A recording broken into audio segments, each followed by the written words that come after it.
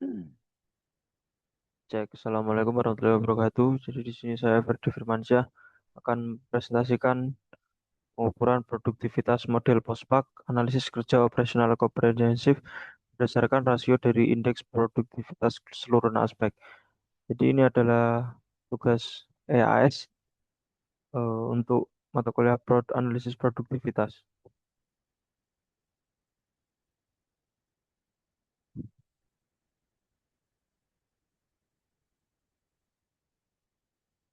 Dan untuk struktur dan sinkronisasi laporan, sinergi antara slide presentasi dan eksekutif dokumen laporan utama.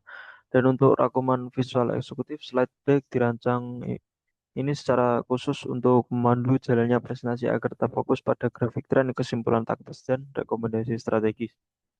Teks tidak dibuat padat demi menjaga kejernihan visual, keterlibatan audiens, dan dinamika pemaparan materi.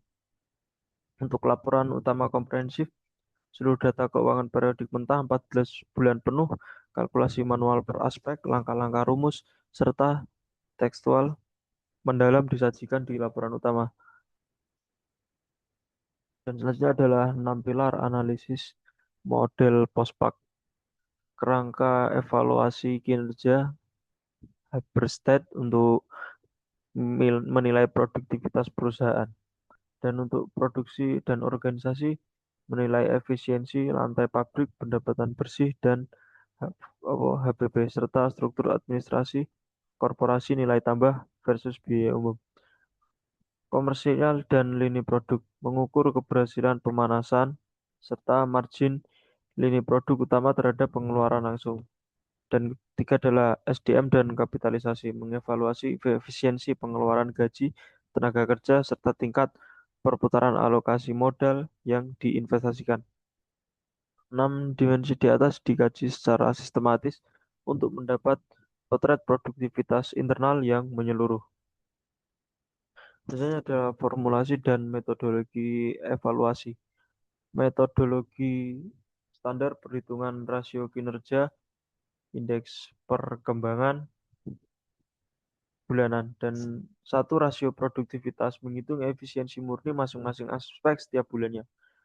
Jadi untuk rumusnya adalah rasio produktivitas sama dengan output aspek bulanan dibagi input aspek bulanan. Dua adalah IP atau indeks produktivitas mengukur tingkat pertumbuhan relatif terhadap periode dasar.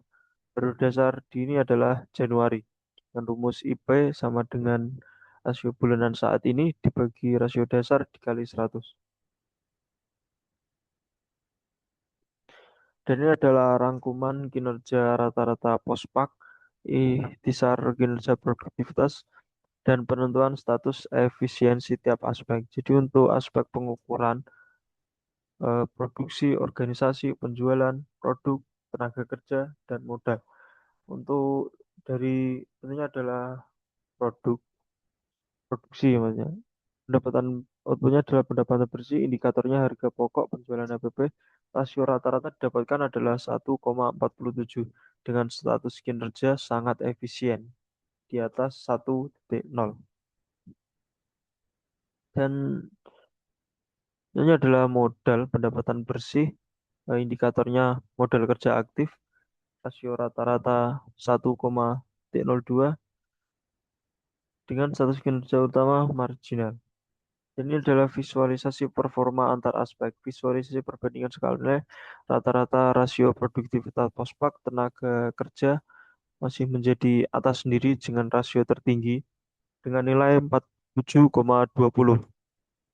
Dan pilar utama efisiensi penjualan, keberhasilan alokasi biaya pemasaran terhadap perolehan laba kotor perusahaan. 7,48 merupakan rata-rata rasio kinerja atau IP tertinggi 126% di bulan Oktober. Dan analisis efisiensi komersial adalah sangat efektif pengeluaran biaya penjualan pemasaran mampu memicu perolehan laba kotor hingga berkali-kali lipat.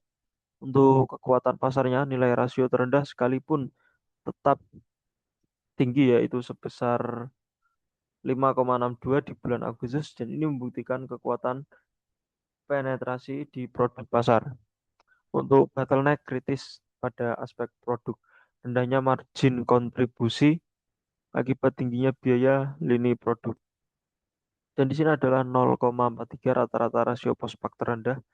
Rasio terendah di bulan Juni yaitu 0,24 dan identifikasi masalah utamanya adalah krisis margin laba. Rasio selalu berada di bawah angka 1,00 di sepanjang periode pengamatan 14 bulan dengan beban biaya langsung tingginya membekakan biaya langsung lini produk menguras margin laba secara masif dan tantangan atau fluktuasi tenaga kerja, ketidakseimbangan output produktivitas dibandingkan pengeluaran upah karyawan. 77,12 rasio maksimal versus 28,91 terendah. Fluktuasi IP 54% sampai dengan 155%. Dan analisis pola volatilitas SDM inkonsistensi tinggi. Perubahan nilai indeks produktivitas naik turun secara drastis dari bulan ke bulan. Efisiensi upah biaya gaji bulanan tetap tinggi, namun pada bulan tertentu tidak menghasilkan output yang laba yang setara. Dan tren indeks produktivitas produksi, kinerja fluktuasi efisiensi operasional manufaktur Januari sampai dengan Februari tahun kedua. Dan ini adalah trennya pada grafik ini. Dan untuk rencana tindakan perbaikan adalah ada tiga: produksi pengeluaran produk, melaksanakan analisis nilai, untuk stabilisasi tenaga kerja adalah mengimplementasikan kompensasi berbasis produktivitas nyata dan ekspansi lini penjualan.